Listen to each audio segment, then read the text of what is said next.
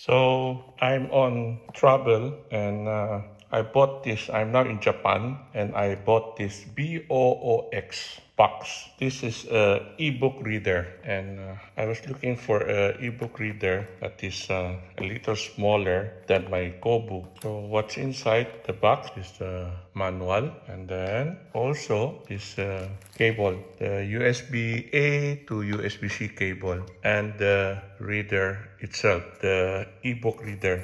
So we will unbox this now. So there's an SD card, a multifunction key, on, off, and plus minus, and there's a camera also. So how do we open this? So when you turn this on, you turn this on by pressing this one now, and then I will load the book. Okay, these are the menu. You have the tools, recorder, calculator, then push read, DocScan, library, store dictionary. There's even Safari, Internet Explorer, I should say. But it is in black and white. And then mostly I have already loaded the book and let's check it. Okay? And you use this one to move the book back. Okay? What page? Okay? You could adjust the zoom level. Okay, so the reason why I buy this because sometimes after long read, the Kobo tends to be too heavy. And this one is just the size of a cell phone. And you're reading a paperwhite, so less stress or strain in your eye.